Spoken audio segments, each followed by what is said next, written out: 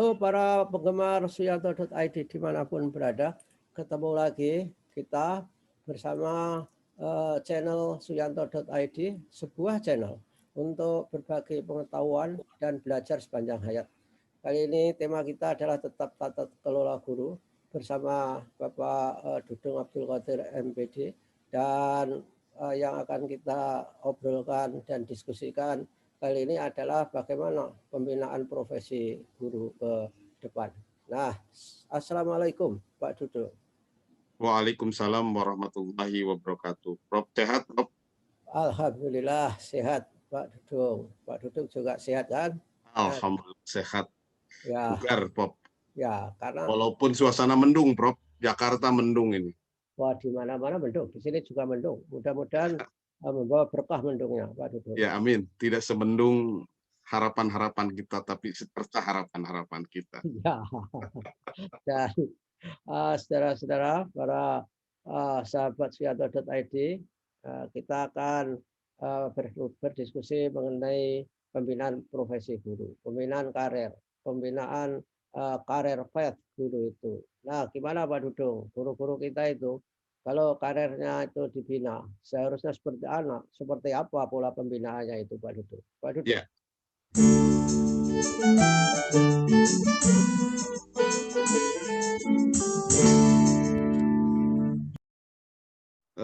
Begini, Prof.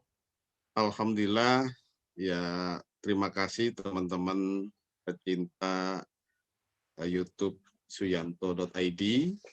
Saya buka, bismillahirrahmanirrahim. Assalamualaikum warahmatullahi wabarakatuh. Waalaikumsalam. Terima kasih, Prof. Saya pertama ingin menyambungkan dengan pertemuan yang lalu, Prof, bahwa ada 3 pengembangan dalam membina para guru. 3 grand design, Prof. Yang pertama adalah intensive development. Ini adalah pengembangan yang intensif yang dilakukan oleh kepala sekolah, pengawas sekolah. Ini adalah pengembangan intensif. Ini nanti akan kupas tuntas hari ini. Ya, oke. Yang kedua adalah pengembangan kooperatif atau cooperative development. Cooperative development ini adalah bagaimana kita, para guru, membina, meningkatkan kompetensinya berdasarkan dengan teman sejawat. Dengan komunitas dan seterusnya. Yang ketiga adalah pengembangan mandiri. Directed development. Ini yang 3 hal ini penting kita petakan satu persatu, Prof. Ya. Nah, yang pertama, Prof, ini pengembangan intensif yang dilakukan oleh atasan, oleh kepala sekolah, oleh pengawas. Nah, ini hal yang terpenting di dalam bagaimana kita semua ingin memajukan pendidikan khususnya guru. Saya pada minggu yang lalu menyampaikan bahwa guru ketika mendapat pola pembinaan yang intensif dari kepala sekolah, mingguan, bulanan, sampai kepada tahunan dalam bentuk portofolio dan kinerja, ini saya yakin guru-guru kita itu akan mendapatkan peningkatan kompetensi yang baik. Tapi mari kita merenung hari ini, apakah sudah dilakukan dengan sebaik-baiknya atau dengan sesempurna-sesempurnanya sesuai dengan Permenaker RB nomor 16 tahun 2009. Panduannya ada, Prof. Ya. Kemudian berbagai halnya ada, tinggal bagaimana mengimplementasikannya dengan baik. Ini poin yang pertama. Yang kedua, di pengembangan kooperatif atau cooperative development, ini sudah mulai bergerak. Alhamdulillah, para guru sudah mau merasakan dirinya penting, seperti halnya para petani. Ketika ada petani bagus, tanam bawangnya hebat, petani yang lain pada datang, ini bagaimana cara nanamnya, bagaimana ini menjaganya, bagaimana merawatnya, dan seterusnya. Para guru sekarang sudah mulai seperti itu, seperti para petani. Ini adalah bibit untuk kita bagaimana menanamkan peningkatan kompetensi guru pada teman sebaya ataupun Ya, pada sesama guru. Jadi komunitas. penting bagaimana membuka ruang, membangun jejaring komunitas untuk pola-pola peningkatan guru. Nah, dulu kita mengembangkan apa yang dinamakan dengan kelompok kerja guru di SD. Ya, Oke. Prof? Zaman Ya, Prof dulu. Masih ingat KKS. Prof? Ya, Ada MGMP, MGMP, SMP, ya, SMP, SMA, SMA, ada MKKS. MKKS. Nah, kalau SD ada K3S. Nah, Ya, komunitas-komunitas ini, bahkan dulu itu ada sekolah model, ada sekolah internasional, standar internasional, persiapan tahap internasional. Sebetulnya itu tidak jelek, Prof. ya, Ada mode-mode yang bisa ditebarkan, disemaikan, didesiminasikan kepada guru-guru yang lain atau sekolah-sekolah yang lain. Kalau contohnya saya guru berprestasi. Guru berprestasi dibina menjadi bagus, menjadi hebat, nanti untuk dikembangkan, didominasikan kepada teman yang lain. Itu bagus dan positif. Nah, ketika budaya-budaya lama, kebiasaan-kebiasaan lama yang baik diperbaiki semakin hebat, saya yakin akan menjadi sesuatu kekuatan yang besar. ya. Tetapi kalau melupakan sesuatu yang lama yang baik, saya yakin akan menjadikan sesuatu yang kurang bijak dan kurang baik juga. Ini yang kedua. Yang ketiga, Prof, sebentar. Ini satu lagi supaya tuntas. Ya, Ini pengembangan mandiri, self-directed development. Nah, di era sekarang, guru-guru mulai guru-guru yang hebat mulai mencari sumber-sumber yang luar biasa. Saya sampaikan, PGRI sekarang punya namanya MOOC, Massive Open Online Course. Nah, mereka mencari dan mereka bisa langsung pelatihan, mereka bisa mengikuti kegiatan dengan mandiri sendiri, mandiri. Itu yang pertama. ya. Ini adalah transformasi, Prof, yang selama ini sangat tidak mungkin dilakukan, ternyata PGRI tergerak untuk melakukan itu.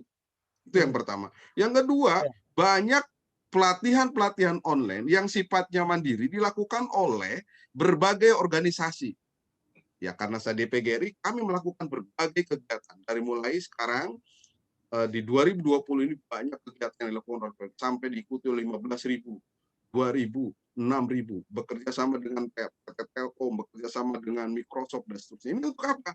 Mereka-mereka yang merasa dirinya kurang, ingin meningkatkan derajatnya. Tetapi harusnya ada ini, Prof. Nah, setelah mereka dididik secara mandiri,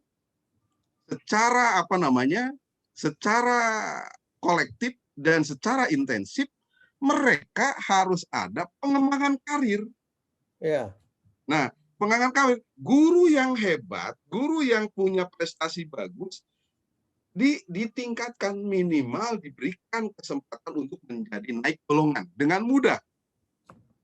Naik pangkat dengan mudah, sesuai dengan aturan yang berlaku. Jelasnya pasti sesuai dengan aturan yang berlaku. Sebab kerangka di dalam bernegara, berbangsa adalah orang hebat itu adalah orang yang sabar, orang yang kemudian katanya bersungguh-sungguh, dan yang ketiga taat aturan. Jadi kunci sukses itu 3, bersabar, kemudian taat aturan, dan sungguh-sungguh. Ini sesuai dengan kerangka berpikir ini. Sementara sebagai pengantar, Prof, nanti setelah ini, guru-guru yang hebat setelah dilatih, terjadi polarisasi kan, Prof? Ya. Ada guru yang tetap biasa saja, ada guru yang kemudian memiliki kemampuan yang hebat, ada guru yang super. Siapakah mereka? Ya, silakan, Prof. Ya, oke. Pak Dudung, saya kira dari 3 modalitas itu, untuk saat ini harus berjalan bareng atau satu persatu saling melengkapi dan sebagainya itu. 3 modalitas yang pertama tadi apa? Professional development, cooperative development, dan Intensif. self-directed development gitu. Ya, Mana itu yang? sebetulnya itu harus beriringan, Prof. Pertama, kepala sekolah membina para guru, Dia melihat ada guru-guru bagus, ada terjadi polarisasi dari pola pembinaan intensif. Yang kedua, kepala sekolah dibina oleh pengawas. Pengawas tahu mana kepala-kepala sekolah yang hebat. Catat, beri kesempatan. Nanti naik kepada sebuah tingkatan, tingkatan berikutnya kooperatif, kooperatif pembinaan yang dilakukan untuk teman sebaya. Nah, seterusnya. Nah, polarisasi ini kemudian akan menghasilkan nanti pola pembinaan yang diusulkan oleh kepala sekolah, pengawas kepada dinas pendidikan. Dinas pendidikan pada pemerintah daerah dan kemudian tingkatan-tingkatan berikutnya. Nah, kalau ini berjenjang dengan baik, sinergi dengan baik, hasil analisis ini akhirnya pola pembinaan guru itu pasti akan berbasis kepada kebutuhan guru. Nah, hari ini Prof, hari ini kami kemarin diskusi dengan teman-teman di Asosiasi Profesi Keahlian Sejenis di PPPGRI, ada guru kelas, ada guru mata pelajaran. Saya sudah dan teman-teman sudah mendesain sebuah pengembangan profesi berkelanjutan di masa pandemi dan nanti pasca pandemi melalui pola-pola yang tadi berbasis kebutuhan. Kami akan menyebar survei materi-materi yang sangat dibutuhkan di era pandemi dan pasca pandemi. Nanti silahkan guru mengevaluasi dirinya sendiri, sudah menguasai materi apa saja, dan yang belum dikuasai materi apa saja, nanti akan secara sistem, mereka akan terkelompokkan, Prof. Ya. Nah, polarisasi ini yang akan kita berikan treatment yang berbeda-beda. Ya. Itu, Prof. Tapi istilahnya kok polarisasi? Mungkin kelompok apa ya? Atau mungkin pengelompokan lah, Prof. Ya, klasterisasi lah mungkin. Ya, boleh lah klasterisasi. Ya, di klaster-klasterkan. Ya, ada klaster guru A, klaster guru B, klaster guru C, dan ya, kalau itu lebih, kalau polarisasi itu sekarang sudah negatif ya, karena gitu. Ya, karena apa? Digunakan oleh terminologi politik praktis. Nah, karena saya sering dengar dialog-dialog politik jadi terbawa-bawa, Prof. Ini. Ya, masyarakat terpolarisasi. Nah, Pak Dudung, yang menjadi konsentrasi ini kan menghadapi begitu banyaknya masifnya guru, kita kan harus membuat prioritas.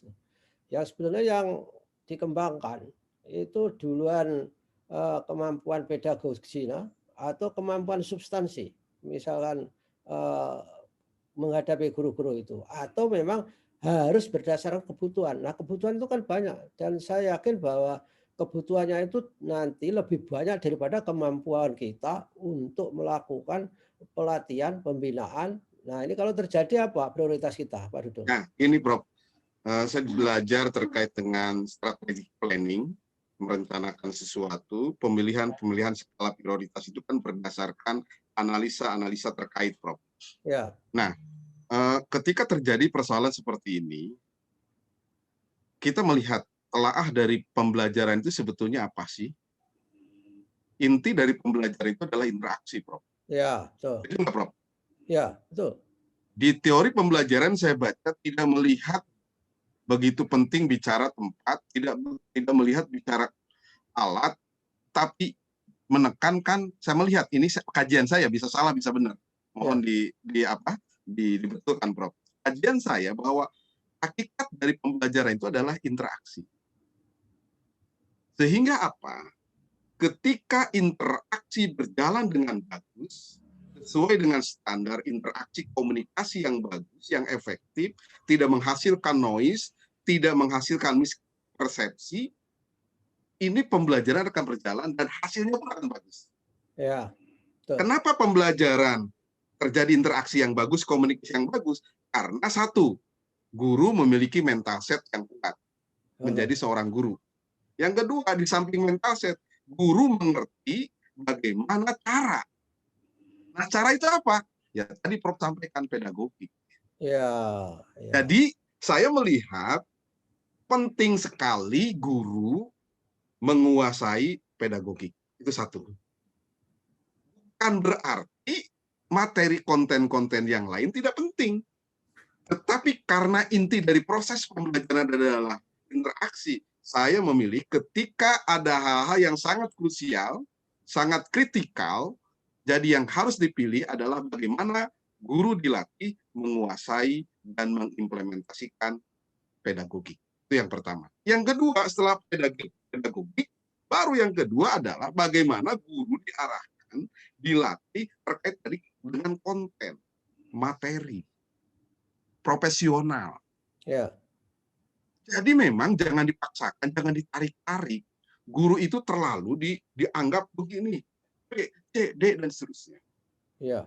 Karena menurut teori, saya bisa salah, bisa benar, bahwa pendidikan orang dewasa itu, andragogik itu tidak bisa Ya. disamakan dengan Ya. pendidikan dengan anak-anak. Ya. Nggak bisa. Ya.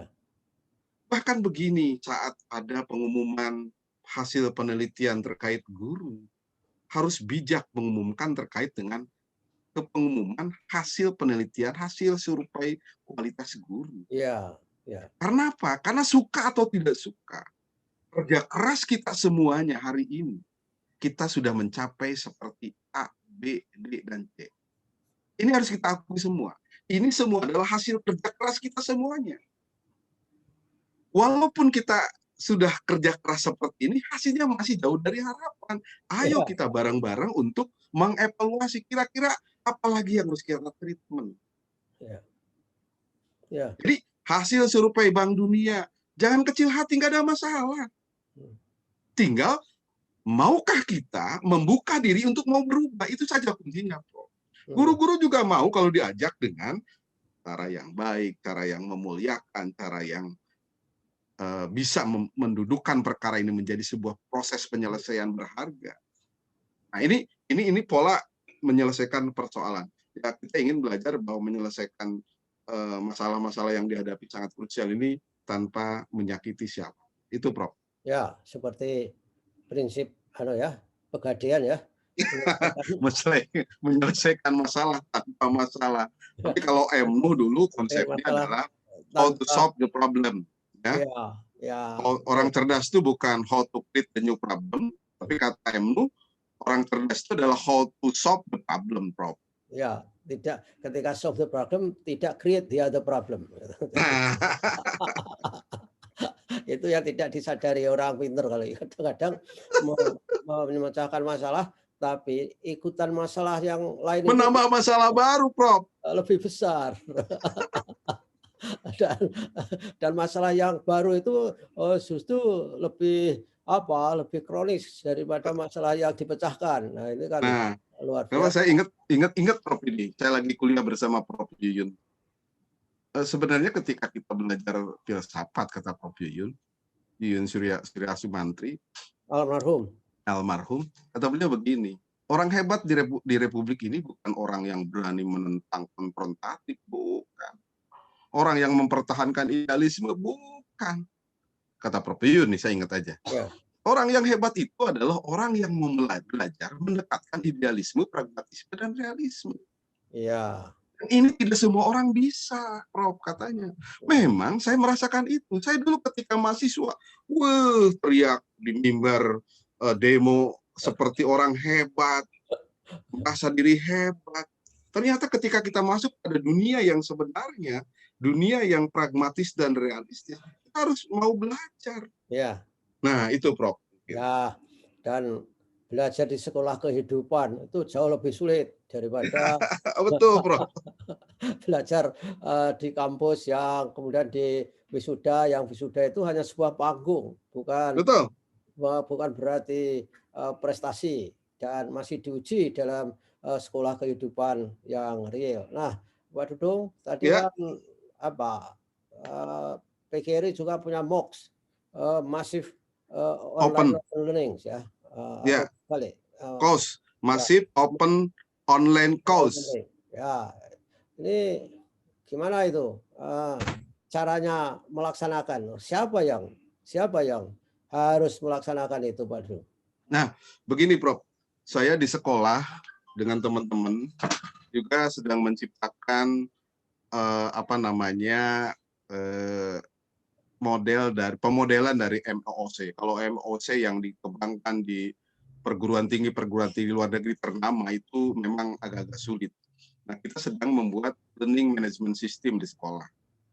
Nah, mungkin itu yang belajar guru yang kita ingin kembangkan. Pertama adalah guru disiapkan bagaimana merencanakan pembelajaran, Prof. Yang kedua, guru disiapkan menulis bahan yang akan diajarkan. Ya. Yang ketiga, karena sudah digitalisasi LMS, guru disiapkan harus merekam video pembelajarannya. Ya. Yang keempat, harus juga guru menyiapkan tugas pembelajarannya. Yang kelima, guru pun harus sudah menyiapkan absensi pembelajaran secara daring ataupun luring. Nah, ini salah satu cara kita menggairahkan guru untuk belajar membuat MOOC sederhana di sekolah. Tema 1 dibuat videonya pembelajaran 1. Tinggal klik pembelajaran kelas 1, klik tema 1, muncul pembelajaran. Nanti ada tugasnya di situ, ada naratifnya di situ. Kalau yang sudah menyelesaikan tugasnya, nanti ada klik kolom tugas. Ketika dia sudah selesai kolom tugas itu, mereka bisa naik ke tema berikutnya. Nah, itu konsep MOOC yang saya lihat, saya pernah mendengar dan saya pernah mengikuti kegiatan bersama Profesor Eko Indrajit, Oji, Profesor Hasdainal Hasibuan, Profesor dari ITB, satu lagi saya lupa namanya.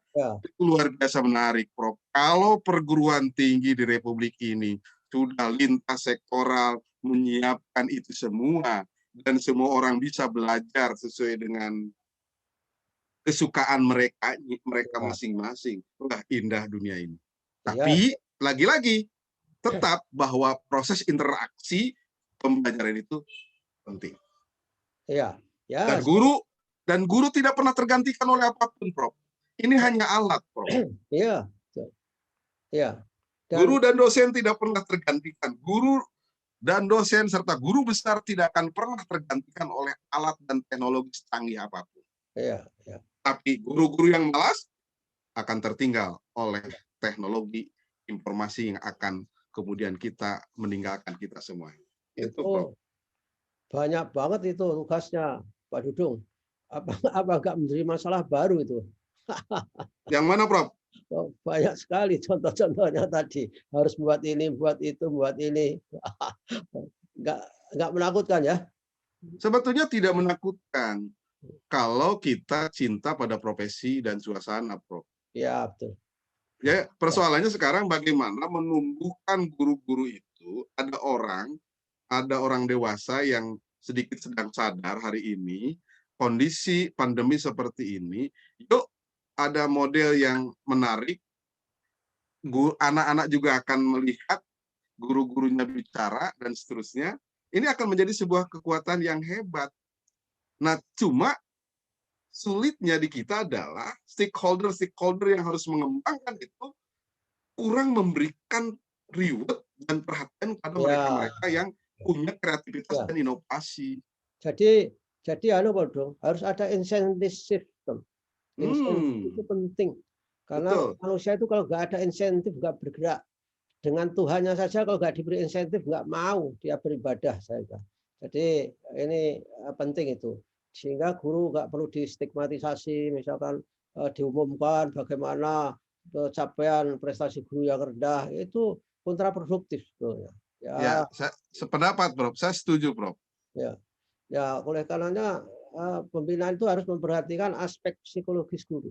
Dan saya sepakat bahwa belajar itu intinya adalah interaksi plus pengalaman, Pak Dudu. Jadi interaksi untuk mendapatkan pengalaman. Sehingga MOOC itu tadi, kalau sudah ada learning management system, maka banyak pengalaman guru taruh di situ, mendapatkan pengalaman dari feedback murid, sehingga ada lesson learn. Sehingga dengan demikian belajar itu bisa berlangsung secara mandiri.